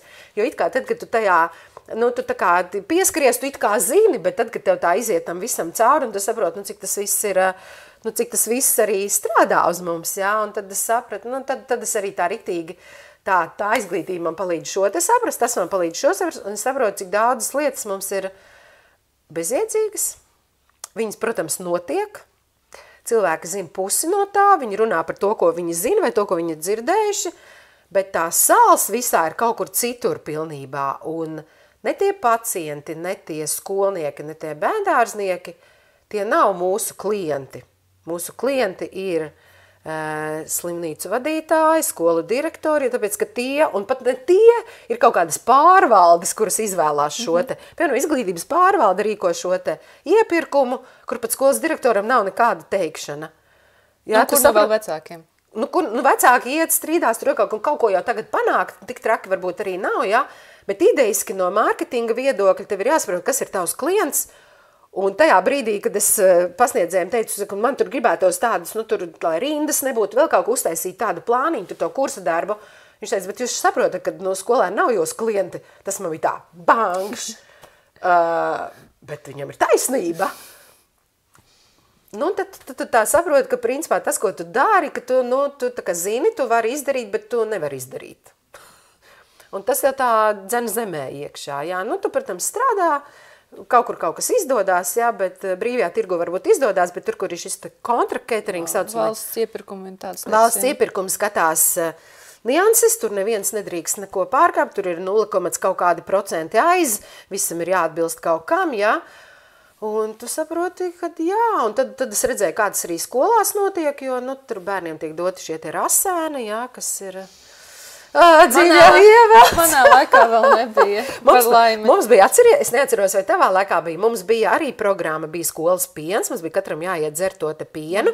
Piens bija pudelēs, stikla pudelēs, bija, atceros, bija litra pudeles, puslitra bija, jā. Un bija arī rupmaizes šķēlīti. Un rupmaizes toreiz bija tas ķieģelīts, un droši vien, kas bija lētākais, bet bija forši. Pieniņš maizīti, mēs aizskrējām, un visticamāk tajā maizē rapšeļa nebija iekšā. Lai gan rapšeļa nav tā sliktākā eļa. Bet tur atkal nākamā nianse ir, kā es saku, katrai lietai ir atkal, pavaram otru pusi paskatāmies. Bio rapšu eļa ir ok, tur ir ļoti labs omega 3, omega 6 attiecības, jā, bet... Standarta lielražotāji, ļoti daudz, kas laukos dzīvo, viņi zina, kā tiek miglots, jā, vai kas tur tiek apstrādāts. Un tā ir tā nianse, kurai nav jābūt rakstītāji uz rapšu eļas pudeles. Visu, ko var rakstīt, jā. To mēs nezinām, jā, tāpēc, ka likumdošana to neprasa, jā. Tas tāpat kā pa vīniem, kā es klausījos vienā arī lekcijā, tas bija tik interesanti, domā, tur taču bio, eko, nemaz, tas nemaz tā nav viss, jā. Par to eļu arī, nezinu, Ingus to teica, es kaut kur citur dzirdēju, kad tad, kad var uzrakstīt tā eļa, ka tā ir tā virģina, olīveļa, tad patiesībā prasības mums prasa, lai tur būtu 51% virģina olīveļa. Tu arī tā zini to lietu? Jā, man liekas, viņš teica par virģinu, un tad extra virģinu nozīmē, ka tev būs labs produkts, tāpēc jā, un kas ir pārējais, ko var pielikt klāt? Tam tur nav jābūt definētam. Kaut kā ekstrahēt, ar ķīmiju izdabūt eļas, pieņem mais ar to pašu olīveļu, tikai kaut kādu... Jā, bet tu saproti, ka tad tu domā, ka tu nopērci 100% ekstra virģinu, bet patiesībā tu paņēmi virģinu. Jā, jo tas cilvēkiem netiek stāstīts, un tas nav jāraksta nekur. Līdz ko kāda varbūt institūcija vai kaut kas izdomās, ka tas būs jāraksta, tad būs jāraksta, cilvēki atkal skatīsies. Mums Eiropā vēl salīdzinoši labi. Mums vēl ir labi, jā. Amerikā vispār neko neraksta gan arī. To es esmu dzirdējis, jā, ka amerikāņi ļoti uztraucās par savu veselību, un to arī veselības tur, tā situācija arī parāda visu. Ne? Tā kā mēs vēl Latvijā patiesībā mēs vēl dzīvojam diezgan labi, jo mums vēl tomēr daudz laukos ir. Un kas man priecē, ka tomēr jaunās ģimenes arī daudz ir iet atpakaļ uz laukiem un tās pašas vistas audzē un olas tu vari nopirkt, kad ir tāds Facebooks vai vēl kaut kur ir grupas, kur tu zini, kur tiešās var. pirkšanas pulciņi ir. Jā, tas ir ļoti labi, jā. Jo, es saku, es zinu savu pusi, kas mums ir ļoti labi arī padalījās informācija, tur tu vari nopirkt trušu gaļu, tur tu vari nopirkt zīves. Es zīves, piemēram, braucu pirkt uz audzētavu, kas ir kādreiz Padomju Savienībā bijusi pat lielākā zivju audzētavu, ko mēs nemaz nezinājām, ka tāda Latvijā ir bijusi, jā. Viņu tā kā pamazām mēģina restartēt, un tā zivtiņa, ko es nopērku, viņa vēl tur tā kā peldēja, pēc 5 minūtēm viņa man ir mašīnā, jā, un pēc tam es viņu tā kā apstrādāju un zinu ko, bet tur atkal viena nianse, ok, obaltumvielas ir ok, bet tauku, šī te omega 3, omega 6 atbilstība, diemžēl no tā, kas tur ir tajā etiķetē, ko kas tiek dots tai zivtiņai barību, nu, tas varbūt tur mēs nesasniedzam to, ko mēs gribētu, ja? Nu, līdz ar to kā citas nianses, vai ne? Bet no olbaltuma viedokļa vienmēr saku svaiga, laba olbaltumviela tā ir, ja? Nu, tā. Un tagad mēs pienācām tam lielākiem jautājumam, kas droši vien nobriedis šajā brīdī visiem, kas klausās, ir, kur var dabūt labus produktus pa taisno ar cenām, kuras ir, nu, teiksim, tādas pašas kā veikalā, tikai produkts ir tur vairākas reizes labāks. Un es tieši nesen saņēmos uztaisīt tādu kā datubāzīti mājaslapā, kur man būs pa kategorijām iespējamie veidi. Pasūtīt, nu, nepasūtītāji ir visādi pārdevēji, lauksaimnieki, pulciņi, kooperatīvi un tādas lietas. Tas būs mans tāds, kā saka, no profit pasākums, jo tur nebūs nekādi afiliācijas, nu, man tur nebūs favorīti, teiksim tā. Tur būs visi, ko es varu salasīt. Man interesanti no tavas puses, ko tu esi atrakusi, kur tu ko pērc, un vispār, kur cilvēkam ar ko sākt, ja viņš grib tagad uzlabot kvalitāti saviem produktiem. Nu tā, pirms Dace pastāsta, kur viņa pērk savus produktus, es uzreiz varu pateikt, ka mājaslapa ir gatava, datubāze ir savākta, visas saitītas var redzēt aprakstā zem šī video. Un, ja jums ir kaut kādi savi kontakti vai savi lauksaimnieki, par kuriem jūs zināt, droši varat pildīt kontaktu formu mājaslapā, un es šo sarakstu turpināšu. Mans, varbūt pateikšu, kas man pēdējais bija pārsteigums. Es zināju, kad ir tāds ražotājs sidrabjēri, un tur ir jērgaļa un vēl kaut kas, un tiek arī pusvirkāti ražo, kas ir ļoti atvieglo. Patiesībā pusvirkāti, ja tie nav kaut kādās jau mērcēs ielikt vai vēl kaut kas tev spiež izmantot tādu, ja? Patiesībā ir ļoti labi. Tev ir kaut kāda daļa vai kaut kāda tur samaltā gaļiņa vai jau sagatavoti kebabiņi vai varbūt tur ribiņas vai vēl kaut kas. Tas ir iepakots plēvītē, vakumā, nosacīti, tu to vari, tur ir etiķete virsū, un tas viss pārtiks drošībā ir ļoti labi. Tā to vajag un tas viss ir ok. Man bija tāds pārsteigums aizēju uz Āgenskalna tirgu, un, protams, varētu domāt, ka tur tas ir padārgi vai ne, bet ne par naudu ir runa, jo patiesībā tas, kas šķiet padārgi, patiesībā to prasmīgi izmantojot, nu, to tu vari izmantot daudz ilgāk, un tas tev daudz lētāk sanāk. Un vispār nerunāsim par to, ka tev nav jādomā par savu veselību, kur tev atkal jāskrien pie kāda ārsta un jāmeklē kaut kādas vainas, ja. Un tur bija ļoti labi. Es tieši aizēju, un tā pārdevēja saka, mums šodien ir tieši 50% atlaide, vai tur 30% atlaide tam un tam. Un es saprotu, kā tirgotājam, viņam ir realizācijas termiņš ir šī diena, un viņš ir gatavs tam produktam to cenu nolaist. Un man kā patērētājiem, kā pircējiem, tas ir ideāli. Un es uzreiz neskatos, vienu gabaliņu nopirkt, uzreiz nopērku 3 gabalus, ja? Un to vēl nopērku, un vēl varbūt kaut ko. Un es toreiz atceros, es nopirku 5 gabalus par 14 eiro, un ieliku saldētavā un kaut ko vienu izmantoju. Ja? Un vēl aknas, piemēram, tur bija jēra aknas. Es domāju, es tik sen nebiju aknas lietojis. Tu zini, tu arī vienmēr saka, akna ir superfoods, ja? Un es pateikšu, es to aknas gabaliņu, cik akna, tāds gabals bija. Es viņu ēdu 3 reizes, tad es vēl paņēmu līdzi, kur es braucu pie draugiem ciemos, tur mēs arī brokastīs vēl apēdam. Tas nozīmē, ka 4 ēdienreizēs to vienu aknas gabaliņu tad rēķini, cik tas ir izdalot 14,5 jau tā, un tad vēl cik reizēs, cik tas man dārgi izmaksāja. Un tas man superfoods, un tas bija svaigs un labs. Un tas ir vienkārši, kur runāt par kaut kādu dārdzības, vispār neko neredz, ja? Un tad veikalā es vienkārši, man neceru, ka man tur kāds pārdevējs izstāstīs, jā. Nē. Nu, maksimums es zinu, kad es ēdu karnivoru, es pirku kādreiz vakumā tos steikus, man liekas maksimā. Man šķiet, viņiem tieši bija tādi iepakojumi, steiki jau nogatavināti. Bet tad es atradu arī, mums ir saimnieki, kas ar to nodarbojās, un ir tie, kuri tieši uz steiku audzē dzīvniekus, un mums ir kooperatīvi, vismaz 2, Latvijas Lielops un vēl viens mums bija. Bet ir arī vienkārši saimnieki, pieņemsim, kam ir pienagovis, bet viņš priekš sevis pietur gaļu, viņas visas nelaiž projām, un savējiem biškucīt var kaut ko tur arī iedot. Un tad tas jau ir jautājums nevis par cik tālu jums ar mašīnu līdz veikalam, bet cik kontaktus un cik attiecības un cik pulciņos jūs varat iestāties, jo, pieņemsim, tā pati tiešā pirkšana, man daudz cilvēki rakstīja arī blogā, ka tas, kur viņi pērk produktus, jo viņiem budžets, pieņemsim, būtu tāds pats, kā aiziet uz veikalu, Bet viņi grib labākus produktus, jo nav tā, ka tev, un tas ir, man liekas, arī marketings, ka veikalos, ka tur kazas produkti vai lielops vai biogaļa super uzcenota. Un mēs esam iemācīti, ka tas ir ekstra produkts ne ikdienai, un varbūt pat tīpašiem cilvēkiem ne visiem. Tas, man liekas, ir bullshits. Jā, un to var apiet, pieņemsim iestājoties tiešās pirkšanas pulciņā, kur tu noņem to uzcenojumu, ko dod veikals, tu dabū to cenu, kas būtu it kā nebio gaļai parastā veikalā, bet tu reizi parasti reizi 2 mēnešos ir jāuztaisa dežūra, kas nozīmē, ka tu piedalies tajā loģistiskajā daļā. Tu tur pieraksti, kas ko ir saņēmis, visiem visu saliec pa kastēm, un tā ir tev tā kā ieguldījums, lai apietu, lai izlaistu to starpnieku un lai tā cena būtu tāda paceļama. Tāpēc man gribētos domāt, ka labas kvalitātes produkti tagad ir pieejami visām parastām, normālām pēdiņās, nepēdiņās ģimenēm.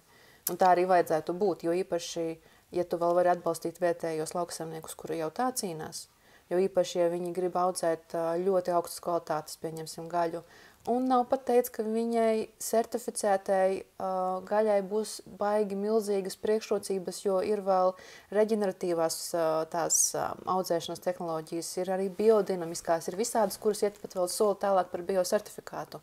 Tieši tajā, kā dzīvnieks tiek audzēts, jo biosertifikāts nozīmē, ka tu kombikonu tāpat vari dot tur vistai tītaram vai govī vai cūkai, vienkārši viņa būs visa certificēta tā barība, bet tehnoloģijas, kā viņu ražo, var būt diezgan līdzīga. Teiksim, arī tur rapsis, soja un tā tālāk un tā joprojām.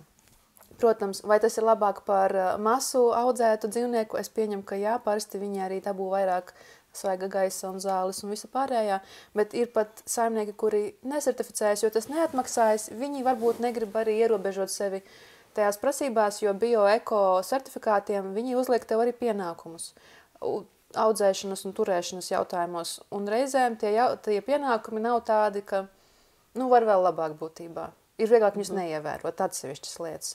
Un tad tu vari dabūt produktu, kurš ir vēl teiksim tā, krūtāks par bio-eko certificēto. Un tad atkal, tad es iesaku reģionāli to mēģināt arī darīt, lai jūs varat uzziniet, kas jums ir apkārt vispār, ko cilvēki. Sāciet ar olām kaut vai. Jā, viennozīmīgi. Es te atkal mazo stāstīņu pastāstīšu. Man meita dzīvoja vienu laiku Polijā, Krakovā, un viņai šādu tipu pulciņu ļoti patīk, un viņa tur bija iesaistījusies tiešās pirkšanas pārdošanas pulciņā, ja? Un tad viņa teica, un arī viņai patīk sestdien aiziet uz to tirdziņu, un viņa saka, cik mums forša onkulītis tur, viņam ir plakāts ar viņa seju un viņa vistiņām, un viņš tur tirgo tās olas, un viņa saka, tas ir tik forši, un tie tirdziņi nav nekādi neizsmalcināti, nekā. Mēs paši bijām vienreiz aizbraukšana, tieši tajā sestdienā bija, un tu staigā viss tur tā pagrūti izlīst cauri, bet tie cilvēki tādi sirsnīgi, un tā tirgošana, tu tiešām pers no tā onkulīša, kurš tās vistiņas viņam aizmugurē, un tāpēc es arī, izbaudu to, kā ir izveidojušās tās saiknes arī manā tirgu, piemēram, ja? Un kādreiz vīrs gāja vienmēr sestdienā no rīta 9 uz tirgu, viņam bija savas kundas, ja. Kunda, viņš bija kunda, jā, vienmēr zināja, ko, jā. Un tad es arī tagad aizēju nopērt to gailīti, es domāju, tiešām gailīti es varu nopirkt. Un iedomājies, par tiem 10 eiro man tur būs vismaz 4 vai 5 reizēm. Tā kā kāda tur dārdzība, jā, buljons, tur gaļiņa atsevišķi, un tā ir nedaudz tā tehnoloģija, ko darīt. Es ticu, ka ir ļoti daudz saimnieces, kas arī tā saimnieko mājās, jā, bet kādam varbūt tas būtu jaunas prasmes, jā. Jā, jaunas prasmes, ka tu vari izvarīt lielā katlā buljonu, piemēram, tur ar garšaugiem un burkāni sīpoli, un tas ir vienkārši, tu viņu ilgi vāri, varbūt kādā tur zemākā temperatūrā, vienkārši mēģinot. Multikatlā ielika Jā, tagad ir tehnoloģijas visas sādas, ja? Bet to izdarīt, un tu skaties atkal, šeit, teiksim, uzreiz tiek izstrīpots tas arguments, kad man ir grūti, man vajag vakaros tur gatavot ģimenei, vēl kaut ko, vienkārši vienā reizē tu pagatavo vairāk buljona, ieliec pudelēs, ieliec vienalga, kur saldētavā. Es viņu novārīju, ka viņš bija super koncentrēts, un tad salika konteineros, un tad mazāk vietas saldētavā. Arī tā var, jā, vai arī, ja ir negribas tik ilgi vārīt, ja, piemēram, tad es izmantoju tās pašas piena pudeles, kas man ir, kuras tā kā izmazgātas, bet viņām varbūt nav jābūt tik ārprātīgi tīrām, jo es viņu negrasos nevienam te nepirkt, ne dāvināt, ne pārdot, ne dāvināt, jā. Bet man tas ir ļoti ok, es ielieku, un tad es vakarā, arī, kad es no darba nācu mājās, kādreiz lieku, es izņemu ārā, ātri atlaidinu, un tev ir zupa gatava, jā, pieliec dārzeņus klāt, un ja vēl tur ir arī gaļa atsevišķi trauciņā, piemēram, sagriezt jau, tad zupa ir gatava, un tas ir ļoti viegli. Un kādreiz, tad, kad es strādāju ēdināšanā, es tā nedarīju. Jā, jo man jau tā kā viss bija, es varēju paēst darbā, bet tagad es domāju, man laikam neviens vairs nepiespiestu ēst darbā tās karbonādes, jā, tāpēc, kad kaut kā es saprotu, ar kādām eļām tas tiek gatavots un kā tas viss smaržo. Fritēšanai, cik tā eļa ilgi? Es nezinu, kāds bija standarts, cik ilgi var fritēt vienā eļā. Tu zini, šis varbūt ir mīts arī, es nezinu, kā citur, bet mēs patiešām neizmantojam. Mums nebija arī fritīra, bet patiešām kā panā izcep kaut ko tā vienmēr tika mazgāts. Tas nav tāds mīts, nē, bet vairāk es teiktu, ka tas tā produktu kvalitāte, jā. Un tad es atceros, ka man patiešām tās sajūtas vienmēr bija... kā jāsaka, vēderdobumā, jā, pakrūtē, braucot mājās, nereti bija 2-3 stundas, bija, es domāju, un tagad, kā, teiksim, es vairāk gatavoju mājās, vai, teiksim, tagad mājās sestdienās olīveļā gatavo, nekad tā nebija, un tagad pilnībā man tādas, vienkārši nav, jo es neizmantoju tādus produktus, jā, un tas ir cilvēki, es nezinu, daudz saka, ka viņiem nav nekādas tādas izpausmes, jā, bet vajag padzīvot savādāk, jo jā. Man tūs ģimenes loceklis ēd plus mīnus keto, jo viņam mājās taisa tādu ēdienu, viņš bija pieredis, viņš tur nozaudēja, tur nokusa 2 kilogrami, viņš vēl labāk jūtās, viņš jau tā ir aktīvs un sportisks, un vienu reizi stāstīja, ka viņš aizgāja paēst pilnīgi parastā ēdnīcā, kur mums ir karbonādes kartupeļi, viņš jau tā neņem mērces, viņš daudz ko neņem, viņš paņem tur salātu, tur kaut kādu to gaļiņu, apcep to ļoti minimāli kartupeļi, viņam bija slikti 3 dienas un migrēna un kaut kas tāds, un tā kā viņš nesaldo neko nēda, vienīgais, ko mēs varējām izštukot, kas tas bija, droši vien tās omega eļas, pie kurām viņš nav pieradis tik ļoti, bet, varbūt tas bija arī kaut kas tur specifisks cits tajā reizē, bet visi salāti, kur jums ir krējums, majonēzes klāt, tur būs ļoti daudz omegas, jo visi tās majonēzes un mērces būs ļoti, ļoti bagātas un daudz avotu savācās ātri. Jā, ko es vēl gribu teikt arī, protams, kad šeit lētākā tipa ēdināšanā viņā vienkārši neizmantos labas olīveļas salātos, nekad neceriet nemaz, jā, tāpēc tur arī būs eļa. Kaut kāda klāt. Jā, nē, pat saulespuķa eļļa, kaut kāda nerefinētā, man šķiet, ka tas pat nav nekas tik traks, jā. Vienkārši tagad ir jautājums, kādi tie produkti ir tagad, tie vairs nav tie, kas bija kādreiz, jā. Tur noteikti, tad vēl viena maza nianse ir, kuras, jāsaka, tikko bija pie vienas ģimenes iebraukus arī uz kafiju, un vīrs aizbrauc uz veikalu, jāsaka, jānopērk krējums ir, un viņš vienkārši nebija pamanījis, ka viņš nopērk krēmu. Jebšu krējumu izstrādājumu. Okay. Bet tur rakstīts tie 20%, viņš izvēlējās un tā, un viņš atnāk mājās, viņš saprot, tu tā kā ātri izvēlies to, un tu paņem to krēmu, un tu saprot, ka tas ir atkal, tur ir tās eļas vēl vairāk ir iekšā, vai kas tur ir iekšā, es nezinu, bet tas noteikti nav krējums, un ēdināšanā viennozīmīgi ņem, kaut ko lētāku, jā, lai tur būs pat 10 vai cik centiem, jo tur tiek ņemts viss spaiņos, 10 litru spaiņos, un tas visam ir jābūt pašizmaksā lētākai. Viņam ļoti līdzīga ārējais izskats, ļoti līdzīga konsistence ir, jā. Un labs pavārs vienmēr izdomās, kā kaut ko notušēt, kā kaut ko, principā ļoti labi pavāri māk uztaisīt no nekā. Jā? No gaisa. Patiešām tās karbonādītes tur ir, viņi tādi, un kad klients saka, jums gan tik forši, tik garšīgi, man pavārīts teica, mums ir tehnoloģijas jāievēro, visi ievērojam, bet tas, kā viņi uztaisa to lielo karbonādi, tas ir tik plāni sagriezt, tur obligāti jābūt labam nazim un prasmei, jā? Un labai rokai, jā. Tā kā es noteikti nevaru teikt, ka kaut kas bija slikts, nekas netika apkrāpts, jā, bet tai pašā laikā tās prasmes ir ļoti svarīgas, jā. Un jaunie pavāri, es nezinu, viņi māk varbūt smalkas lietas uztaisīt. Es nerunāju nekad ne pa visiem nekā, bet ir kaut kāds vidusslānis, kuri vienkārši cenšas darīt un ļoti grūti viņiem iet, nekā uztaisīt, jo pavāri, ko es arī atceros, viņi saka, laša gabala atved, un tev ir jāuztaisa lašmaizītes. Cik lašmaizes tev ir jāuztaisa, viņi man saka. Es saku, taisi, cik tev sanāks? Viņa teica, nē, saki, cik tev vajag. Es sanāk uztaisīs 1000. Jo viņi ir spējīgi no tā gabala uztaisīt gan 10 lašmaizes, gan arī 100, jā. Un tad es sapratu, ka katram ir savas superīgās prasmes, jā. Jo es nekad nelīdu tajā pavāra lauciņā, jo es zinu, ka tas nav mans. Mans bija kaut kas cits, es varēju runāt ar klientiem un visu kaut ko vēl citu, jā. bet tieši tā bija viņa prasme uztaisīt. Un tad vēl pielika kaut ko to un drusciņu to, un tādās garšas veidojās. Un tad klienti patērētāji, reizēm viņi saka, kā tu tur pagatavoti garšīgi, viss ir labi, ja tas nav prasti un ar, lētām izēvielām, ja? Tur ir tā lieta. Un to mēs pa lielam mēs varam atļauties mājās. Vislabāk mēs varam atļauties mājās, un tāpēc es tieši tā cilvēkiem gribēju teikt, gatavojam mājās, tas ir ļoti svarīgi. Jā. Gatavojam mājās. Mājās gatavot ēdiens ir vislabākais. Un nākamais aspekts ir tikai labas izēvielas, tikai labi tauki, tikai labas olbaltumvielas. Ogļhidrātiem labi, man šķiet, ka tur laikam nav tā nozīme. Ja?